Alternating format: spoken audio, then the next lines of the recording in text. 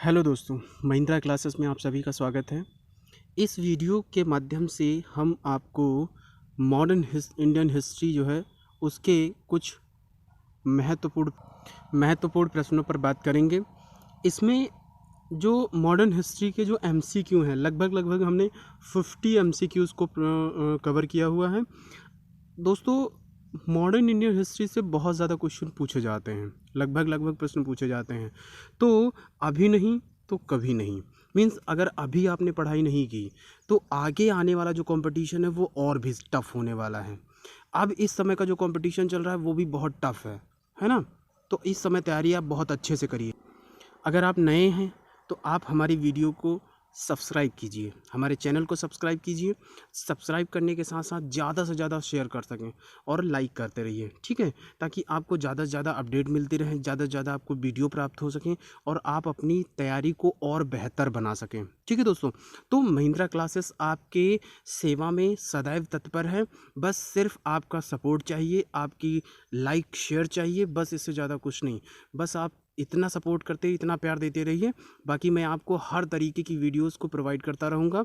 अगर आपने अभी नहीं किया तैयारी तो फिर कभी तैयारी नहीं हो पाएगी, क्योंकि आगे आने वाला जो कंपटीशन है बहुत टफ होने वाला है दोस्तों। ठीक है, चलिए हम ज़्यादा टाइम आपका नहीं लेंगे, हम डायरेक्ट क्वेश्चंस पे चलते हैं और उनको डिस्कस करते हैं और फिर उनके आंसर्स को जानते हैं। ठीक है दोस्तों, बने रहिए वीडियो के साथ।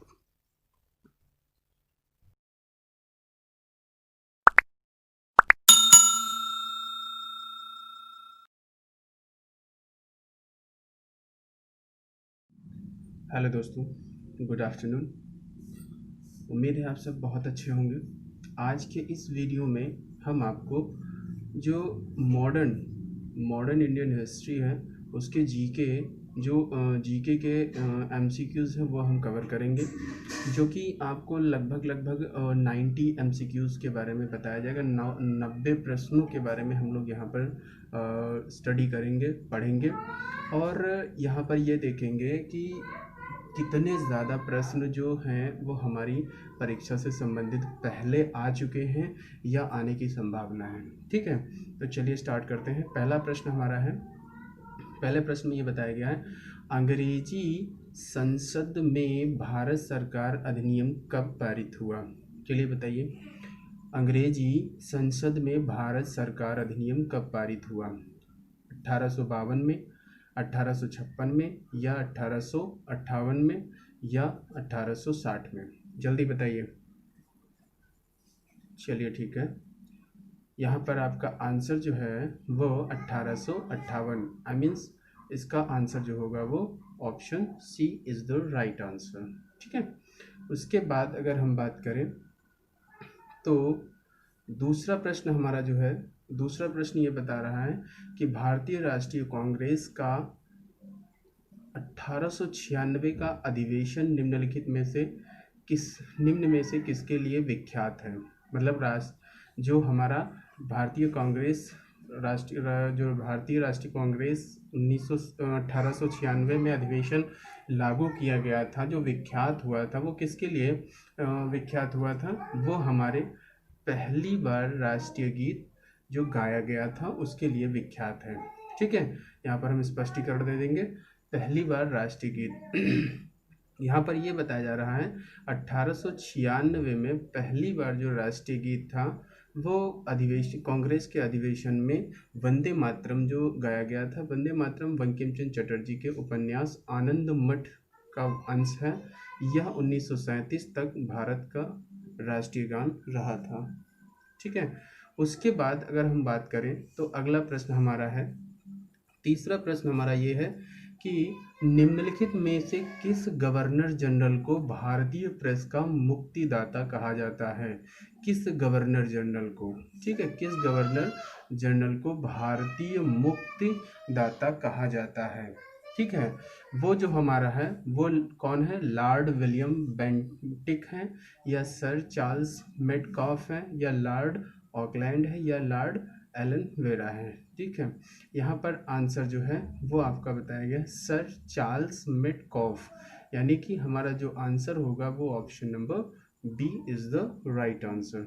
ठीक है, तो यहाँ पर इन्होंने सर चार्ल्स मेटकॉफ जो है वो 20 मार्च 1835 से 4 मार्च 1836 के बीच भारत के गवर्नर जनरल रहे। कब तक रहे? भारत के गवर्नर जनरल हैं। उन्होंने प्रेस को पूर्ण स्वतंत्रता दी, इसलिए उन्हें भारतीय प्रेस का मुक्तिदाता कहा जाता है। ठीक है। चौथे प्रश्न की अगर हम बात करें तो चौथा प्रश्न हमारा ये बता रहा है, समुद्री व्यापार के संदर्भ में कर कार्तज व्यवस्था का उपयोग किसके द्वारा किया गया था?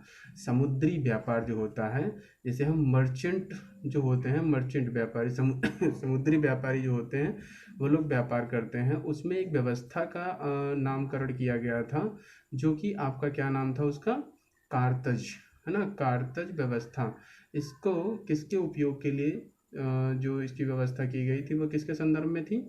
वो आपके पुर्तगालियों के लिए थी। किसके लिए थी? पुर्तगालियों के लिए। Option D is the right answer. अब अगर हम इसके नोट की बात करें या इसके व्याख्यान की बात करें तो व्याख्यान में ये बताया गया है कि जो हमारा कार्तज व्यवस्था का संबंध है वो पुर्तगालियों द्वारा समुद्री व्यापार के लिए जारी किए गए व्यापार लाइसेंस से है। 20वीं शताब्दी में अंग्रेजों ने भी नेवी शर्ट नामक व्यवस्था शुरू की थी। ठीक है। अब अगर हम इसके 5 नंबर प्रश्न की बात करें तो 5 नंबर प्रश्न हमारा ये है, सुरेंद्रनाथ बनर्जी के बारे में, सुरेंद्रनाथ बनर्जी के बारे में निम्नलिखित में से कौन सा कथन सही नहीं है? ये एक चीज़ ध्यान रखिएगा, यहाँ पर सही नहीं है या सही है, इसमें अक्सर करके स्टूडेंट जो होते हैं वो कंफ्यूज हो जाते हैं। तो प्रश्न को ध्यान से पढ़िएगा, आंसर आपका आराम से मिल जाएगा। ठीक है। तो आपका आंसर क्या होगा यहाँ पर? आंसर आपका डी। उन्होंने आनंद मोहन बोस के साथ मिलकर साधारण ब्राह्मणों समाज की स्थापना की थी। ठीक है।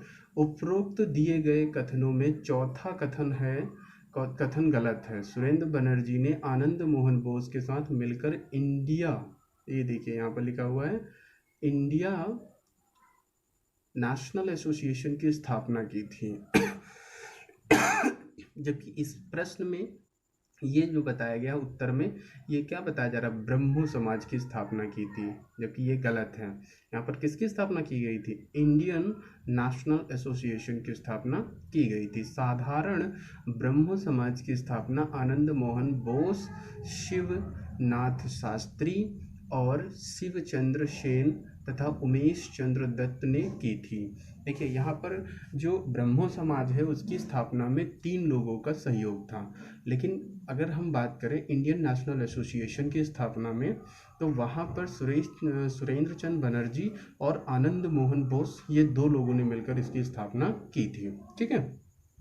तो हम 6 नंबर प्रश्न की अगर हम बात करें तो 6 नंबर हमारा प्रश्न जो है वो ये बता रहा है कि स्वतंत्रता आंदोलन के दौरान रविंद्रनाथ टैगोर ने नाइटहुड की उपाधि किस घटना के विरोध में वापस कर दी थी? किसके विरोध में वापस कर दी थी? तो हम अगर यहाँ पर बात करेंगे तो वो हमारा है वो ऑप्शन बी, जलियांवाला जो हत्याकांड हुआ था 1919 में, उस जलियांवाले बाग के हत्याकांड के उसमें पक्ष में इसको वापस कर दिया था। ठीक है। यहाँ पर अगर हम बात करें तो रविंद्रनाथ टैगोर को 1915 में ब्रिटिश सरकार के नाइटहुड की उपाधि से सम्मानित किया गया था और 13 अप्रैल 1919 जलियांवाला हत्याकांड से आहत होकर उन्होंने नाइटहुड को उपाधि वापस कर दी। इस संदर्भ में उन्होंने लॉर्ड चेम्सफोर्ड को पत्र लिखा था। ठीक है। तो अगले हम बात करें 7 नंबर प्रश्न की, तो 7 नंबर प्रश्न में हमारा यह बताया गया है कि मुस्लिमों के लिए अलग मतदाता दल के लिए किस कांग्रेस अधिवेशन को जाना जाता है? ठीक है। तो ये जो हमारा है वो हमारा लखनऊ अधिवेशन है। Option number C is the right answer, जो कि 1916 में हुआ था। किस में हुआ था? 1916 में हुआ था। इसके अगर हम व्याख्यान की बात कर लें तो व्याख्यान में यह बताया गया है कि 1916 के लखनऊ अधिवेशन में मुस्लिमों के लिए अलग अलग मतदाता दल की व्यवस्था की गई थी। इस अधिवेशन में कांग्रेस के धड़ों दो धड़ों गर्म दल और नर्म दल को वार्ता के लिए एक मंच पर लाया गया था। अंबिका प्रसाद मजूमदार इस अधिवेशन के कांग्रेस अध्यक्ष रहे हैं। देखिए ज़्यादातर करके यहाँ पर जो प्रश्न होते हैं वो यहाँ से पूछे जाते हैं। देखिए कहाँ से, ये वाला जो पोर्शन आपका है गर्म दल और नर्म दल, ये जो है ये पोर्शन आपका ज़्यादातर पूछा जाता है और उसमें अधिवेशन के बारे में भी काफ़ी ज़्यादा चर्चा की जाती है। ठीक है, तो इस प्रश्न को आप ध्यान रखिए और वीडियो के साथ बने रहें। ज़्यादा से ज़्यादा शेयर कीजिए, लाइक कीजिए और सपोर्ट करते रहिए। ठीक है, हम इसी तरीके की बहुत सारी वीडियोस आपके समक्ष लाते रहेंगे। अगला प्रश्न हमारा जो है 8 नंबर प्रश्न में ये बताया गया है कि भारत में पहली बार यूरोपीय बस्ती किस स्थान पर स्थापित की गई थी। ठीक है, किस स्थान पर स्थापित की गई थी वो आपका यहाँ पर बताया गया है कि यहाँ पर ये जो प्रश्न है 8 नंबर प्रश्न में आपको आसानी से ये सारी चीज़ें मिल जाएंगी। ठीक है, अभी इसके आंसर के बारे में हम बात करते हैं। ठीक है, तो 8 नंबर प्रश्न में आपको बताया गया है कि भारत में पहली बार, है ना,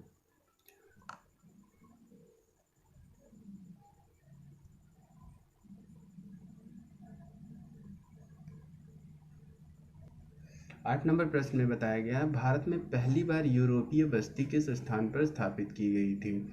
ठीक है, अभी इसमें थोड़ा सा नेटवर्किंग दिक्कत है, इस वजह से वीडियो में थोड़ा सा दिक्कत आ रही है, उसके लिए माफ़ी चाहेंगे। ठीक है, तो 8 नंबर प्रश्न का आंसर क्या होगा हमारा, 8 नंबर प्रश्न का आंसर होगा हमारा कोच्चि।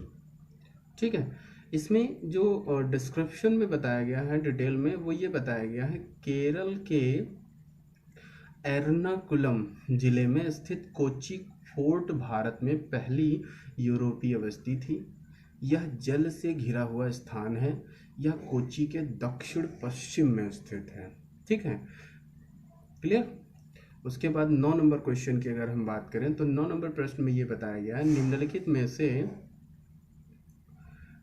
में से किस राज्य ने अंग्रेजों को मुक्त व्यापार के लिए सुनहरा फरमान जारी किया था। किस राज्य ने अंग्रेजों को मुक्त व्यापार करने के लिए एक सुनहरा अवसर प्रदान किया था। ये कौन सा राज्य था, ये आपका गोलकुंडा था। ठीक है, ये 1632 की बात है जब आपको जो गोलकुंडा है उन्होंने अंग्रेजों को व्यापार करने के लिए मुक्त सुनहरा अवसर उनको प्रदान किया गया था ताकि वो इस चीज़ को आराम से अपना व्यापार कर सकें। ठीक है, उसके बाद अगर हम बात करें 10 नंबर क्वेश्चन की तो 10 नंबर क्वेश्चन में हमारा ये बताया गया है कि सलबाई की संधि किस युद्ध से संबंधित है। कौन सी, सलबाई की संधि किस युद्ध से संबंधित है। ये संधि जो है वो आपकी प्रथम आंग्ल मराठा, है ना, प्रथम आंग्ल मराठा से संबंधित है, मराठा युद्ध से संबंधित है। जो कि नोट में आपके दिखाया गया है वो यह है कि प्रथम आंग्ल मराठा युद्ध के बाद 17 मई सन 1782 को सलबाई की संधि पर हस्ताक्षर किए गए थे। इस संधि पर मराठा साम्राज्य के प्रतिनिधियों और ब्रिटिश ईस्ट इंडिया कंपनी के प्रतिनिधियों द्वारा हस्ताक्षर किए गए थे। इस संधि के द्वारा अंग्रेजों ने सलशेत और ब्रोच पर अपना नियंत्रण कायम रखा था। ठीक है दोस्तों, तो ये हमारी इस मॉडर्न हिस्ट्री के 10 क्वेश्चन थे। 11वें क्वेश्चन पर हम चलते हैं और 11वें क्वेश्चन की बात करते हैं। ठीक है दोस्तों,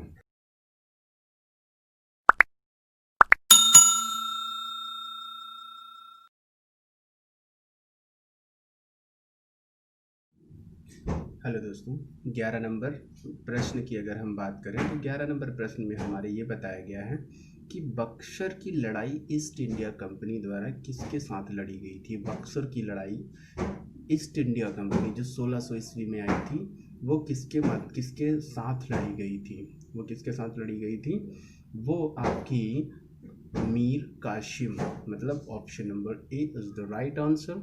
इसके डिस्क्रिप्शन में ये बताया गया है, नोट्स में ये बताया गया है कि बक्सर की लड़ाई जो है वो 22 अक्टूबर सन 1764 को ब्रिटिश ईस्ट इंडिया कंपनी और मीर कासिम बंगाल के नवाब, अवध के नवाब और मुग़ल सम्राट शाह आलम द्वितीय के संयुक्त सेनाओं के बीच लड़ी गई थी। यहाँ पर ध्यान दीजिएगा, ध्यान देने वाली ये बात है कि एक तो हमारे कौन है, बक्सर कासिम हैं, दूसरे बंगाल के नवाब, और तीसरे अवध के जो नवाब हैं वो, और आलम मुराल सम्राट और शाह आलम द्वितीय के मध्य ये लड़ाई लड़ी गई थी। ठीक है, उसके बाद अगर हम 12 नंबर क्वेश्चन की बात करें तो 12 नंबर क्वेश्चन में ये बताया गया है कि निम्नलिखित में से भारतीय शिक्षा का मेग्ना कार्टा जिसे बोलते हैं किसे कहा जाता है, वो जो भारतीय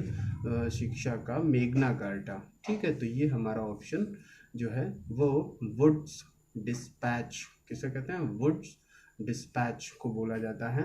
जिसमें इस एक्सप्लेनेशन की अगर हम बात करें तो एक्सप्लेनेशन में ये बताया गया है, sir Charles Wood British east India company के नियंत्रण बोर्ड के उपाध्यक्ष थे।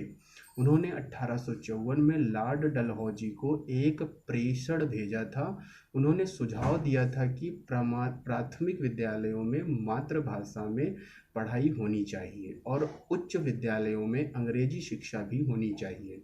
इसके वुड्स डिस्पैच, इसे जो कि इसके मतलब ये सारी व्यवस्थाएं होनी चाहिए और इसलिए इसे वुड्स डिस्पैच कहा जाता है।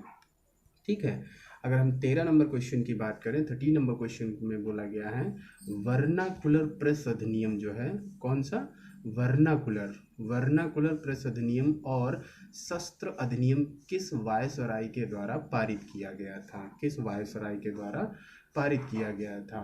ठीक है, तो यहाँ पर लॉर्ड लिट्टन के द्वारा, लॉर्ड लिट्टन मतलब option number A is the right answer. यहाँ पर ये बताया गया है कि जो लॉर्ड लिट्टन 1876 से 1880 के दौरान भारत के वायसराय थे, 1876 से 78 के अकाल को सही ढंग से ना संभाल पाने के कारण उनकी कड़ी आलोचना की गई थी। उन्होंने वर्नाकुलर प्रेस अधिनियम व शस्त्र अधिनियम 1878 को पारित किया था। ठीक है, यही इसका कारण था इस चीज़ को पारित करने के लिए।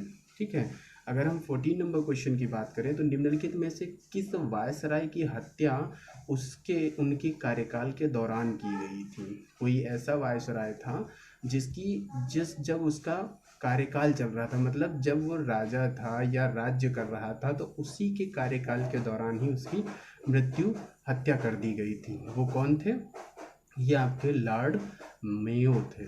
कौन थे, लॉर्ड मेयो थे। यहाँ पर इन्होंने इसमें ये एक्सप्लेनेशन के साथ बताया गया है कि लॉर्ड वायसराय भारत के एकमात्र ऐसे वायसराय थे जिनकी हत्या उनके कार्यकाल के दौरान हुई थी।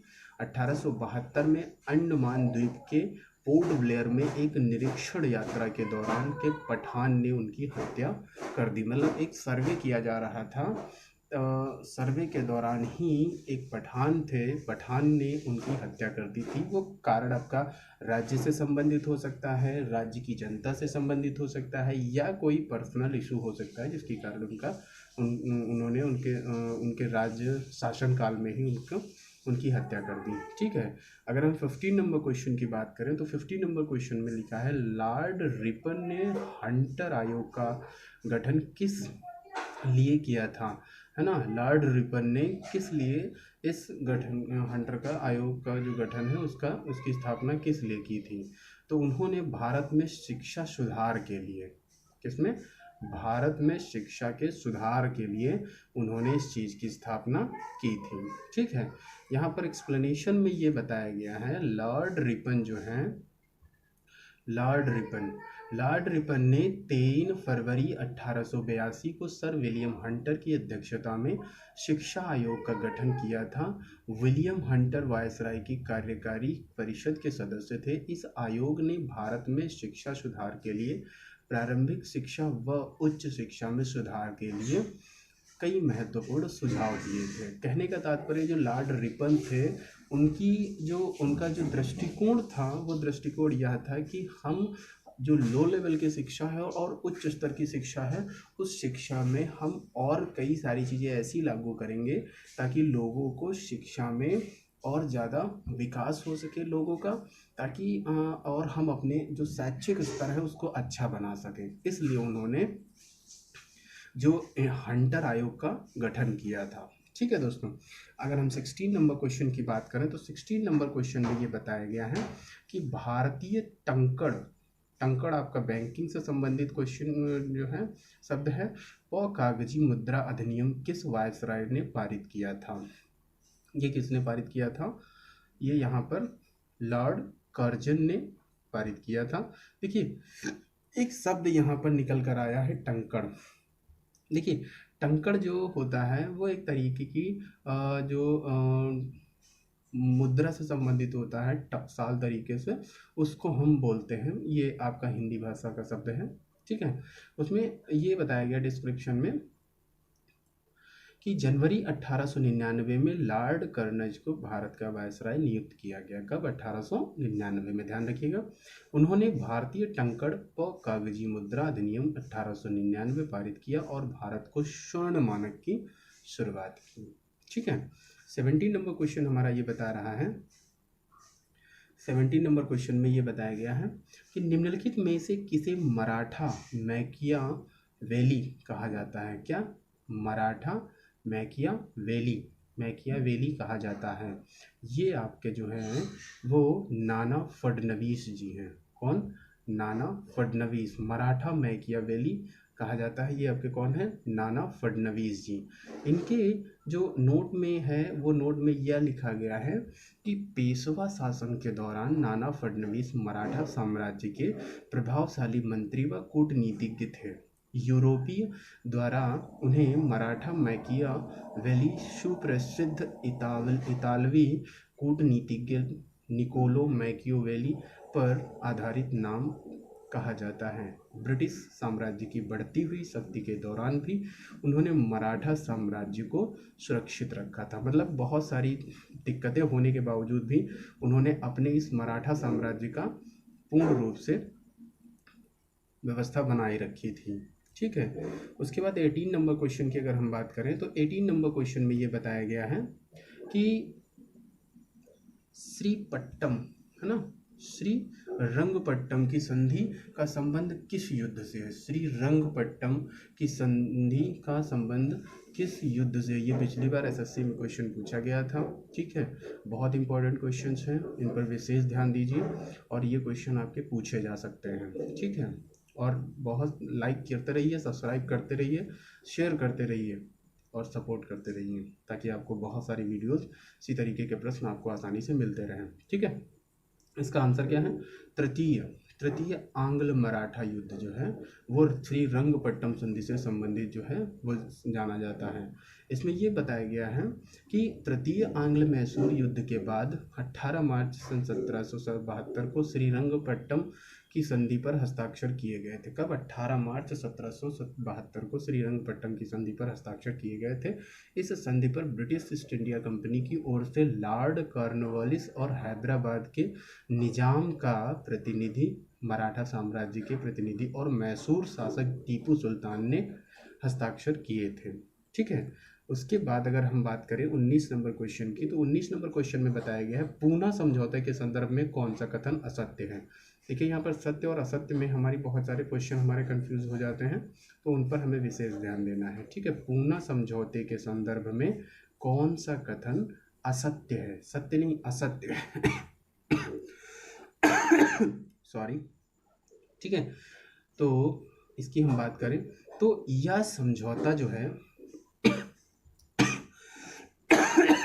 सॉरी, यह समझौता जो है वो जवाहरलाल नेहरू और अंबेडकर के बीच हुआ था।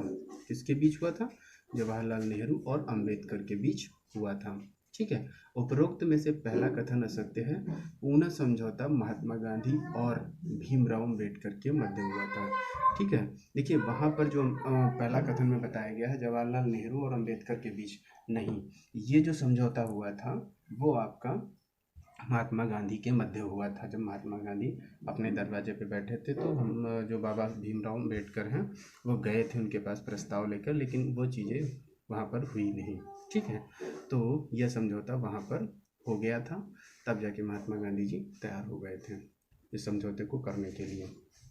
ठीक है, अगर हम बात करें 20 नंबर क्वेश्चन की, तो 20 नंबर क्वेश्चन में हमारे ये बताया गया है कि महाद सत्याग्रह जो है वो कब, महाद सत्याग्रह का नेतृत्व किसने किया था? महाद सत्याग्रह जो है वो किसने शुरू किया था? महाद सत्याग्रह का नेतृत्व किसने किया था? वो किसके माध्यम से हुआ था? वो डॉक्टर भीमराव अंबेडकर के माध्यम से हुआ था। ठीक है दोस्तों, तो महाद सत्याग्रह जो है वो भीमराव अंबेडकर के नेतृत्व में हुआ था। यहाँ पर महाद सत्याग्रह का नेतृत्व जो करते थे वो बाबा भीमराव अंबेडकर ने किया। 20 मार्च सन 1927 को किया था। यह सत्याग्रह महाराष्ट्र के रायगढ़ जिले में महाद नामक स्थान पर किया गया था। ठीक है दोस्तों, तो ये हमारे मॉडर्न हिस्ट्री के 20 क्वेश्चन थे। अब हम 21 नंबर क्वेश्चन पे बात करेंगे, तो वीडियो के साथ बने रहिए, कहीं जाइएगा नहीं। लाइक करिए, शेयर कीजिए और सपोर्ट कीजिए। ठीक है, 21 नंबर क्वेश्चन देखते हैं, चलिए। हेलो दोस्तों, अगर हम 21 नंबर क्वेश्चन की बात करते हैं तो 21 नंबर क्वेश्चन में ये पूछा गया है, ईस्ट इंडिया कंपनी ने किस वर्ष बॉम्बे को पुर्तगालियों से प्राप्त किया था? बॉम्बे है ना, बॉम्बे को पुर्तगालियों से प्राप्त किया था। ये कब प्राप्त किया था? 1668 ईस्वी में, है ना, 1668 ईस्वी में उन्होंने प्राप्त किया हुआ था। तो ऑप्शन नंबर इसका B is the right answer. इनके जो नोट्स हैं, नोट्स में ये लिखा गया है कि जो ईस्ट इंडिया कंपनी ने बॉम्बे को पुर्तगालियों से 1668 ईस्वी में प्राप्त किया था। ब्रिटिश ईस्ट इंडिया कंपनी द्वारा तुरंत इसकी किलाबंदी की, मतलब जैसे ही उन्होंने पुर्तगालियों से प्राप्त किया वैसे ही पूरे किला था, जो महल था, उस पूरे किले की किलाबंदी कर दी, मतलब पूरी तरीके से सिक्योरिटी कर दिया, है ना, सुरक्षा कर दी। इसके बाद अंग्रेज़ों से सूरत की जगह बॉम्बे को अंग्रेज़ों ने अपना मुख्यालय बनाया। उसके बाद अगर हम 22 नंबर क्वेश्चन की बात करें तो 22 नंबर क्वेश्चन में यह बताया गया है, गुलामगिरी नामक पुस्तक किसने लिखी थी? कौन सी? 22 नंबर क्वेश्चन में बताया गया है कि गुलामगिरी पुस्तक जो है वो किसने लिखी थी? ये हमारे ज्योतिबा फूले जी ने लिखी थी। किसने? ज्योतिबा फूले जी ने लिखी थी। ज्योतिबा फूले ने सन 1873 में गुलामगिरी नामक पुस्तक लिखी थी। यह पुस्तक अमेरिका की दास प्रथा पर आधारित थी।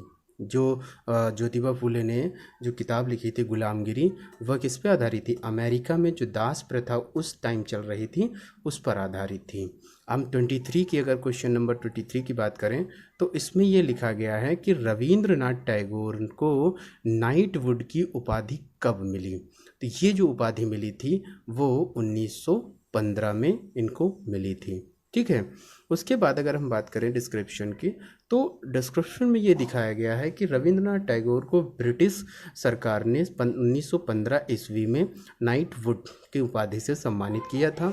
13 अप्रैल सन 1919 को जलियांवाला हत्याकांड हुआ था। इसकी घटना से दुखी होकर उन्होंने नाइटवुड की उपाधि को वापस कर दिया था। ठीक है, समझ में आ गया होगा। 24 नंबर क्वेश्चन की अगर हम बात करें तो 24 नंबर क्वेश्चन में ये बताया गया है कि स्वतंत्रता के समय भारतीय राष्ट्रीय कांग्रेस के अध्यक्ष कौन थे?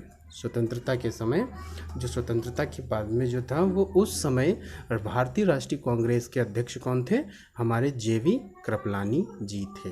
ठीक है, तो इनके बारे में हम देख लेते हैं। तो यहाँ पे जेवी कृपलानी जो है वो जीवंत राम भगवान दास, इनका जो जेबी है, जेबी का फुल फॉर्म जो है जीवंत राम भगवान दास है कृपलानी। भारत की स्वतंत्रता के समय कांग्रेस के अध्यक्ष थे। कृपलानी एक दार्शनिक, गांधीवादी, समाजवादी, पर्यावरणविद और स्वतंत्रता सेनानी थे। ठीक है, क्वेश्चन समझ में आ गया होगा, आंसर भी समझ में आ गया होगा। अगर हम 25 नंबर क्वेश्चन की बात करें तो 25 नंबर क्वेश्चन में ये बताया गया है कि भारतीय पुरातत्व विभाग को स्थायी संस्था कब बनाया गया था। ये जो बनाया गया था वो 1906 में बनाया गया था। इसमें ये बताया गया है कि भारतीय पुरातत्व विभाग की स्थापना 1861 से अलेक्जेंडर कनिंघम ने किया था। वर्ष 1906 में इसे स्थायी संस्था बनाया गया था। वर्ष 1906 में इसे स्थायी संस्था बनाया गया था। ठीक है, उसके बाद में अगर हम बात करें तो 26 नंबर क्वेश्चन में ये बताया गया सुभाष चंद्र बोस ने अंतरिम सरकार की स्थापना कब की थी। सुभाष चंद्र बोस ने अंतरिम, है ना, सुभाष चंद्र बोस ने अंतरिम सरकार की स्थापना कब की थी। ये जो है वो आपकी 43 में की गई थी, 1943 में की गई थी। इसमें यह बताया गया है कि अगर हम बात करें तो वर्ष 1943 में सुभाष चंद्र बोस ने सिंगापुर में अर्जी हुकूमत ई हिंद नामक अंतरिम सरकार की स्थापना की थी। इस सरकार का समर्थन धुरी राष्ट्रों जापान, नाजी जर्मनी, इटली और उनके सहयोगियों ने किया। इस सरकार में सुभाष चंद्र बोस को प्रधानमंत्री, रक्षा मंत्री और विदेश मंत्री बनाया गया था। ठीक है, बनाया गया था। रास जो था रास बिहारी बोस को मुख्य सलाहकार बनाया गया था। ठीक है दोस्तों, समझ में आ गया होगा। शेयर करते रहिए और लाइक करते रहिए दोस्तों। उसके बाद में हम 27 नंबर क्वेश्चन की अगर बात करें, 27 नंबर क्वेश्चन की बात करें तो 27 नंबर क्वेश्चन में ये बताया गया है कि निम्नलिखित में से किस आंदोलन की शुरुआत नमक नामक को तोड़ने से हुई थी। ठीक है, ये जो हुई थी वो सविनय अवज्ञा आंदोलन, सविनय अवज्ञा आंदोलन। ठीक है, यहाँ पर सविनय अवज्ञा आंदोलन जो है वो महात्मा गांधी ने 12 मार्च 1930 को साबरमती से यात्रा शुरू की। यह यात्रा 6 अप्रैल 1930 को दांडी नामक स्थान पर हुई। गांधी जी ने दांडी में नमक बनाकर ब्रिटिश सरकार के नमक कानून को तोड़ा। ठीक है, तब जाके ये अवज्ञा आंदोलन जो था वो प्रारंभ हुआ था। ठीक है, उसके बाद 28 नंबर क्वेश्चन की बात करें तो 28 नंबर क्वेश्चन में ये बताया गया है कि समाजवादी नेता ने जेल से भागकर भारत छोड़ो आंदोलन में हिस्सा लिया था। किस समाजवादी नेता ने जेल से भागकर भारत छोड़ो आंदोलन में हिस्सा लिया था। ये जो कौन थे, ये आपके राम मनोहर लोहिया जी थे, जो कि जेल से भागकर और भारत छोड़ो आंदोलन में हिस्सा लिया था। ठीक है, और इसके डिस्क्रिप्शन की अगर हम बात करें तो राम मनोहर लोहिया का जन्म 23 मार्च 1910 को अकबरपुर में हुआ था। वे स्वतंत्रता सेनानी और समाजवादी थे। वे कांग्रेस सोशलिस्ट पार्टी के सह संस्थापक भी थे। ठीक है, समझ में आ गया। उसके बाद अगर हम बात करें 29 नंबर क्वेश्चन की तो 29 नंबर क्वेश्चन में ये बताया गया है कि बक्सर की लड़ाई के बाद बंगाल के नवाब की गद्दी पर किसे बिठाया गया था। बक्सर की जो लड़ाई हुई थी वो लड़ाई के बाद बंगाल का नवाब जो था, बंगाल के नवाब की गद्दी पर किसे बिठाया गया था। ये बिठाया गया था आपके मीर जाफ़र को। किसको? मीर जाफ़र को बिठाया गया था। बक्सर की लड़ाई जो हुई थी वो 1764 में हुई थी और इस लड़ाई के बाद मीर जाफ़र को, है ना, किसको? मीर जाफ़र को नवाब के गद्दी पर बिठाया गया था, जो नए नवाब के रूप में बने थे। ठीक है, उसके बाद में अगर हम 30 नंबर क्वेश्चन की बात करें तो 30 नंबर क्वेश्चन जो है वो 30 नंबर क्वेश्चन में ये बताया गया है कि स्वदेश बंधव की स्थापना किसने की थी। स्वदेश बंधव की स्थापना किसने की थी? ये हमारे जो अश्विनी कुमार दत्ता हैं उन्होंने किया था। किसने?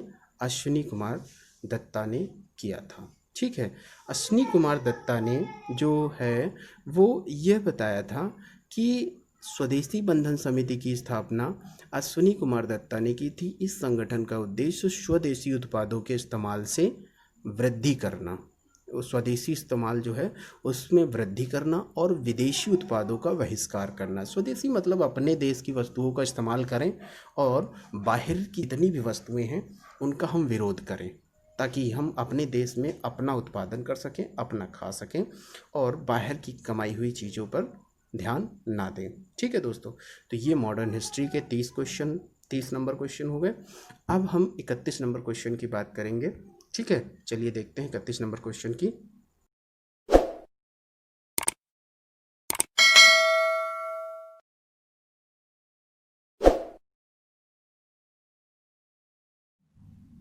चलो 31 नंबर क्वेश्चन की अगर हम बात करें तो 31 नंबर क्वेश्चन में बताया गया है कि 1857 की क्रांति के दौरान भारत के गवर्नर जनरल कौन थे। 1857 की जो क्रांति हुई थी उस समय, उस क्रांति के दौरान भारत का जो गवर्नर जनरल थे वो कौन थे, बताइए। लॉर्ड कैनिंग थे, लॉर्ड एलिंगटन थे, लॉर्ड डलहौजी थे, लॉर्ड एलन बोरा थे, कौन थे? Lord Canning. ठीक है, इससे पहले भी क्वेश्चन पे बात हो चुकी है हमारी।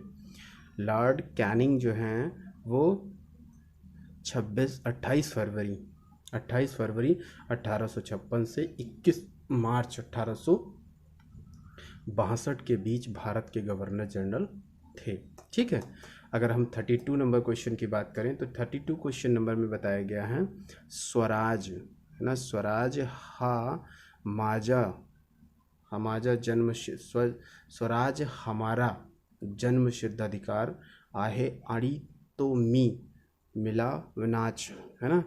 मराठी में यह घोषणा बाल गंगाधर तिलक ने किया था। मतलब यहाँ पर मराठी में लिखा है स्वराज माझा जन्म सिद्ध अधिकार आहे अड़ी तो मी मिला विनाच, मतलब स्वराज हमारा जन्म सिद्ध अधिकार है। ये मराठी में बाल गंगाधर तिलक ने बोला था। किस स्थान पर बोला था ये आपको बताना है। ठीक है, ये जो था वो कोर्ट में बोला था, कोर्ट में बोला था। उसके बाद यहाँ पर एक्सप्लेनेशन में लिखा हुआ है कि स्वराज जो अधिकार बोला गया था, हिंदी में रूपांतरण स्वराज मेरा जन्म सिद्ध अधिकार है और मैं इसे लेकर रहूँगा। ये कथन बाल गंगाधर तिलक ने कोर्ट में उस समय कहा था जब राजद्रोह के आरोप में उन्हें 7 वर्ष की सज़ा दी गई थी। इसके बाद तिलक को 6 वर्ष के कारावास के लिए मांडले जेल भेज दिया गया था। ठीक है, समझ में आ गया। उसके बाद अगर हम बात करें 33 नंबर क्वेश्चन की, तो भगत सिंह, राजगुरु, सुखदेव और जयगोपाल किस षड्यंत्र में शामिल थे? अब बताइए। ये तो आसान क्वेश्चन है, ये लगभग सभी को पता होना चाहिए, है ना। किस में थे? लाहौर षड्यंत्र जो था उसमें थे। किसमें थे? लाहौर षड्यंत्र में। इसमें नोट में लिखा गया लाला लाजपत राय की हत्या का प्रतिशोध लेने के लिए भगत सिंह, राजगुरु, जयपाल और सुखदेव ने पुलिस प्रमुख स्कॉट की हत्या का षड्यंत्र रचा, परंतु उन्होंने जेपी सॉडर्स को गोली मारी जिसे उसकी मौके पर ही मौत हो गई। ठीक है, अब यहाँ पर एक प्रश्न आपका है जो कि काफ़ी ज़्यादा पूछा भी जाता है, जनरल क्वेश्चन है। लाल बाल पाल से आपका क्या तात्पर्य है? डिस्क्रिप्शन बॉक्स में आपको कमेंट बॉक्स में लिख के भेजना है। लाल बाल पाल से आप क्या समझते हैं? आप इसका आंसर हमारे कमेंट बॉक्स में दीजिए। ठीक है दोस्तों, बहुत ही आसान क्वेश्चन है, मैंने पूछा है, सिर्फ इसका आंसर दीजिए आप। 34 नंबर क्वेश्चन की अगर हम बात करें तो आज़ाद हिंद फौज की स्थापना किस देश में की गई थी? आज़ाद हिंद फौज की स्थापना किस देश में की गई थी? ये आपके सिंगापुर में की गई थी। कब? सिंगापुर में की गई थी। और सुभाष चंद्र बोस और रास बिहारी बोस ने इंडिया इंडिपेंडेंस लीग और Indian national army Azad Hind फौज की स्थापना सिंगापुर में ही 1943 में की थी। ठीक है, उसके बाद में अगर हम 35 नंबर क्वेश्चन की बात करें तो गुरुमुखी लिपि किस सिख गुरु के द्वारा शुरू की गई थी? किसके द्वारा शुरू की गई थी? गुरु अंगद जी के माध्यम से शुरू की गई थी। ठीक है, अब यहाँ पर अगर हम बात करें तो इसमें डिस्क्रिप्शन में ये बताया गया है कि गुरु नानक सिख धर्म के संस्थापक थे। उन्होंने अपने बाद गुरु अंगद को अपना उत्तराधिकारी बनाया। मतलब पहले जो थे वो सिख धर्म के संस्थापक गुरु नानक जी थे, उनके बाद में जो उनका उत्तराधिकारी बना वो गुरु अंगद को बनाया। ठीक है, गुरु अंगद सिख धर्म के दूसरे गुरु थे। अंगद ने गुरु नानक की रचनाओं संकलन किया और उन्होंने गुरुमुखी लिपि को विकास भी किया।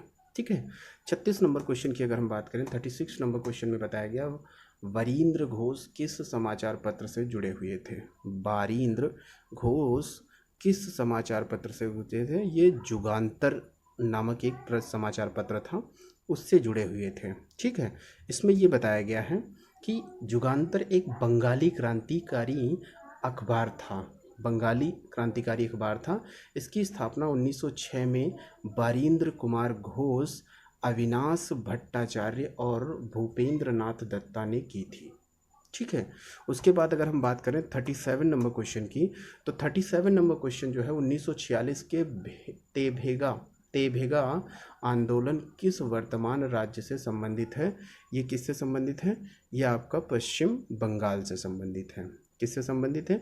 ये पश्चिम बंगाल से संबंधित है। ठीक है, इसमें नोट में ये दिखाया गया है कि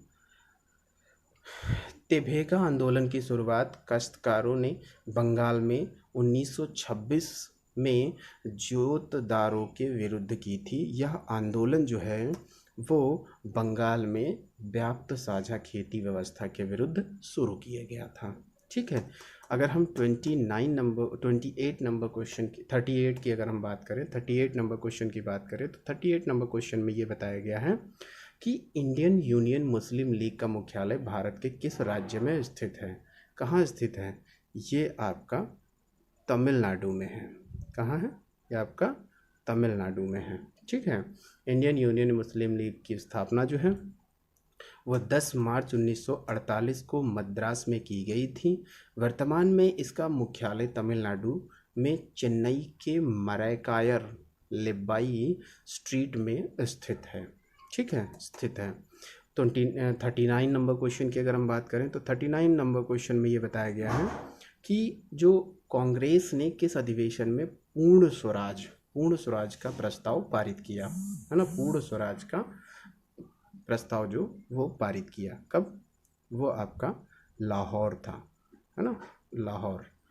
इसमें ये डिस्क्रिप्शन में ये दिखाया गया है कि जो 1929 में कांग्रेस के लाहौर अधिवेशन में पूर्ण स्वराज के प्रस्ताव को पारित किया गया था। इस अधिवेशन में जवाहरलाल नेहरू को भारतीय राष्ट्रीय कांग्रेस का अध्यक्ष नियुक्त किया गया था। पूर्ण स्वराज प्रस्ताव पारित करने के एक महीने बाद 26 जनवरी 1930 को स्वतंत्रता को घोषणा जारी की गई थी। ठीक है, उसके बाद इस वीडियो का लास्ट क्वेश्चन की अगर हम बात करें, तो 40 नंबर क्वेश्चन की बात करें, तो 40 नंबर क्वेश्चन में ये बताया गया है कि ढाका में स्थित एहसान मंजिल पैलेस किस कारण प्रसिद्ध है? जो एहसान पैलेस है वो किस कारण से प्रसिद्ध है? वो आपका किस कारण से प्रसिद्ध है? मुस्लिम लीग की स्थापना के कारण यह प्रसिद्ध है। किसके कारण प्रसिद्ध है? मुस्लिम लीग की स्थापना के कारण प्रसिद्ध है। इसके नोट में यह है कि अगर हम बात करें, मुस्लिम लीग की स्थापना 1906 में ढाका में आगा खान द्वारा की गई थी। लियाकत अली खान और मोहम्मद अली जिन्ना मुस्लिम लीग के प्रमुख नेता थे। आरंभ में इसका उद्देश्य मुस्लिमों के अधिकारों की रक्षा करना था, परंतु बाद में मुस्लिम लीग ने मुस्लिमों के लिए अलग देश पाकिस्तान की मांग की। ठीक है दोस्तों, तो ये मॉडर्न हिस्ट्री के 40 क्वेश्चन थे। 41 नंबर क्वेश्चन की हम आगे बात करते हैं, तो वीडियो के साथ बने रहिए, ज़्यादा से ज़्यादा शेयर कीजिए, लाइक कीजिए, ठीक है, और हमारा सपोर्ट कीजिए। 41 नंबर क्वेश्चन की हम बात करते हैं अभी। चलिए, 41 नंबर क्वेश्चन की अगर हम बात करें, तो 41 नंबर क्वेश्चन में ये बताया गया है कि पी मित्रा का नाम किस क्रांतिकारी संगठन की स्थापना के साथ जुड़ा हुआ है? पी मित्रा का नाम जो है वो किस क्रांतिकारी संगठन के साथ जुड़ा हुआ है? बताइए। अनुशीलन समिति के क्रांतिकारी संगठन की स्थापना में इसका नाम जुड़ा हुआ है। ठीक है, अगर हम इसके व्याख्यान की बात करें तो अनुशीलन समिति की स्थापना 24 मार्च 1902 को प्रमथनाथ मित्रा ने की थी। इस समिति के साथ ही श्री औरोबिंदो, देशबंधु, चित्तरंजन दास, सुरेंद्रनाथ टैगोर, जतीन्द्रनाथ बनर्जी, बाघा जतिन, भूपेंद्रनाथ दत्ता और बरीद्र घोष जैसे लोग जुड़े हुए थे। किससे? अनुशीलन समिति से इतने लोग जुड़े हुए थे, ठीक है, जिनका योगदान था इस क्रांतिकारी संगठन की स्थापना करने में। ठीक है, उसके बाद अगर हम 42 नंबर क्वेश्चन की बात करें तो 42 नंबर क्वेश्चन में ये बताया गया है कि एकेडमिक एसोसिएशन की स्थापना जो है वो कब की गई थी। वो आपकी हेनरी विवियन डेरोजियो के दौरान की गई थी, है ना। कब? हेनरी विवियन डेरोजियो के दौरान में की गई थी। ठीक है, अब ये हेनरी विवियन कौन थे? शिक्षाविद व लेखक थे एक। वे हिंदू कॉलेज कलकत्ता के सहायक मुख्य अध्यापक थे। ठीक है, समझ में आ गया। उसके बाद हम 43 की क्वेश्चन की बात करें तो बंगाल का अंतिम स्वतंत्र नवाब किसे माना जाता है? बंगाल का अंतिम स्वतंत्र नवाब किसे माना जाता है? ये कौन है? ये आपके मीर कासिम, सिराजुद्दौला, है ना, सिराजुद्दौला हैं।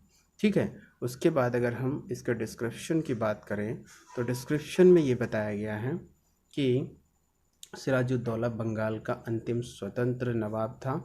23 जून 1957 को ब्रिटिश ईस्ट इंडिया कंपनी के साथ प्लासी की लड़ाई में उनकी हार हुई थी। उसके बाद 44 नंबर क्वेश्चन की अगर हम बात करें, स्वतंत्रता से पहले भारत के किस राज्य में प्राथमिक शिक्षा अनिवार्य थी, है ना। किस राज्य में प्राथमिक शिक्षा अनिवार्य थी? वो आपके बड़ौदा में थी। ठीक है, बड़ौदा। तो अगर हम बात करें तो बड़ौदा रियासत में 1906 में प्राथमिक शिक्षा को अनिवार्य बनाने के लिए कानून पारित किया गया था। इस 7 से 12 वर्ष के बच्चों के लिए प्राथमिक शिक्षा को अनिवार्य किया गया था। ठीक है, उसके बाद हम 45 नंबर क्वेश्चन की बात करें तो 45 नंबर क्वेश्चन में ये बताया गया है कि 1896 का कांग्रेस अधिवेशन किस लिए जाना जाता है? ये किस लिए जाना जाता है? ये आपके भारत का राष्ट्रीय गीत पहली बार गाया गया था, जो कि वंदे मातरम की रचना बंकिम चंद्र चटर्जी के मूल रूप से संस्कृत में की थी। वंदे मातरम उनके उपन्यास आनंद मठ से लिया गया था। यह उपन्यास 1882 में प्रकाशित हुआ था। 46 नंबर क्वेश्चन की अगर हम बात करें तो भारत के राष्ट्रगान का शीर्षक जो है वो क्या था? ये बहुत ही आसान क्वेश्चन है, बताइए। लगभग लोगों को पता होना चाहिए। जन गण मन जो है वो क्या है? भारत भाग्य विधाता। भारत भाग्य विधाता जो है, भारत भाग्य है, भारत विधाता है। तो भारत क्या है? वो विधाता है। ठीक है, ये जो है ये इसका शीर्ष माना जाता है। शीर्षक जो है वो यही है।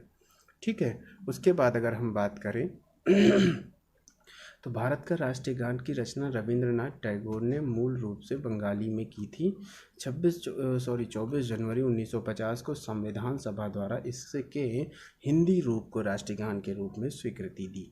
इस राष्ट्रीय गान को 27 दिसंबर 1911 को पहली बार कांग्रेस अधिवेशन में गाया गया था। ठीक है, देखिए ज़्यादातर करके कभी कभी क्वेश्चन में ऐसा आता है जन गण मन, जो है जन गण मन ये भी होता है। ठीक है, और सबसे ज़्यादा इम्पोर्टेंट अगर बेस की बात करें तो भारत विधाता की तरीके से जो शीर्षक माना गया है वो भारत विधाता को ही शीर्षक माना गया है। ठीक है दोस्तों, कंफ्यूज नहीं होना। भारत का राष्ट्रगान पहली बार कब गाया गया था? चलिए बताइए, कब गया था? 1911 कलकत्ता में। भारत का राष्ट्रीय गान पहली बार 1911 में भारतीय राष्ट्रीय कांग्रेस के कलकत्ता अधिवेशन के दौरान गाया गया था। अगर हम 48 नंबर क्वेश्चन की बात करें तो 48 नंबर क्वेश्चन में ये बताया गया है कि प्लासी की लड़ाई जो है, प्लासी है ना, प्लासी की लड़ाई का स्थान प्लासी वर्तमान में किस राज्य में स्थित है? किस राज्य में स्थित है? किस राज्य में स्थित है? पश्चिम बंगाल है, बिहार है, छत्तीसगढ़ है या फिर झारखंड है? किस राज्य में है? चलिए बताइए जल्दी। आपका option A is the right answer. Plassey की लड़ाई जो है वो 23 जून 1857 को ब्रिटिश ईस्ट इंडिया कंपनी और बंगाल के नवाब के बीच लड़ी गई थी। इस लड़ाई में बंगाल के नवाब सिराजुद्दौला की हार हुई थी। अगर हम 49 नंबर क्वेश्चन की बात करें तो 49 नंबर क्वेश्चन में ये बताया गया है कि प्रसिद्ध विद्यासागर सेतु किस शहर में स्थित है? प्रसिद्ध विद्यासागर सेतु किस शहर में स्थित है? पटना में है, कलकत्ता में है, लखनऊ में है, कहाँ है? चलिए बताइए। कलकत्ता में। Very good. अगर हम बात करें, विद्यासागर सेतु को दूसरी हुगली सेतु भी कहा जाता है। इस सेतु का नाम समाज सुधारक और ईश्वर चंद्र जो हैं विद्यासागर के नाम पर रखा गया था। ठीक है। अगर हम वेदों की ओर लौटो का नारा किसने दिया था? वेदों की ओर लौटो का नारा किसने दिया था? स्वामी दयानंद सरस्वती ने। किसने दिया था? स्वामी दयानंद सरस्वती ने दिया था। दोस्तों, ये हमारी वीडियो के जो हमारे मॉडर्न हिस्ट्री है उसके 50 क्वेश्चन हमने इस वीडियो में कवर कर लिए हैं। इस 50 क्वेश्चंस को आप बहुत ही ध्यानपूर्वक पढ़िए। एक बार में कोई चीज़ नहीं आती है, लेकिन एक बार आती ज़रूर है। ऐसा नहीं है एक बार में आ जाए, ये पॉसिबल नहीं है, लेकिन एक दिन ज़रूर आएगी, आ ज़रूर जाएगी, आपको कंफर्म है, क्योंकि practice is better for your exams. ठीक है, तो आप प्रैक्टिस जितनी अच्छी करेंगे उतना अच्छा आपको इसका अनुभव हो जाएगा और आप आसानी से प्रश्न का जवाब आप दे सकते हैं। ठीक है दोस्तों, तो वीडियो को ज़्यादा से ज़्यादा लाइक करिए, शेयर कीजिए और सपोर्ट कीजिए। Thank you so much.